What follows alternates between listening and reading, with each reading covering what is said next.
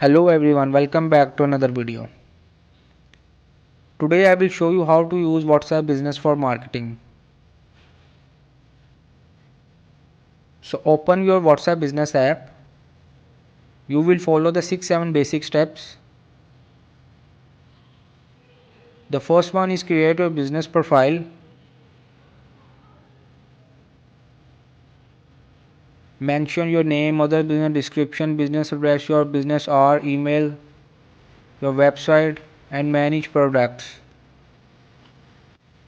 Second step, catalog. Send product and services to your customer. Third step, advertise to create ads. Connect to potential customers. Fourth step, add your Facebook in Instagram.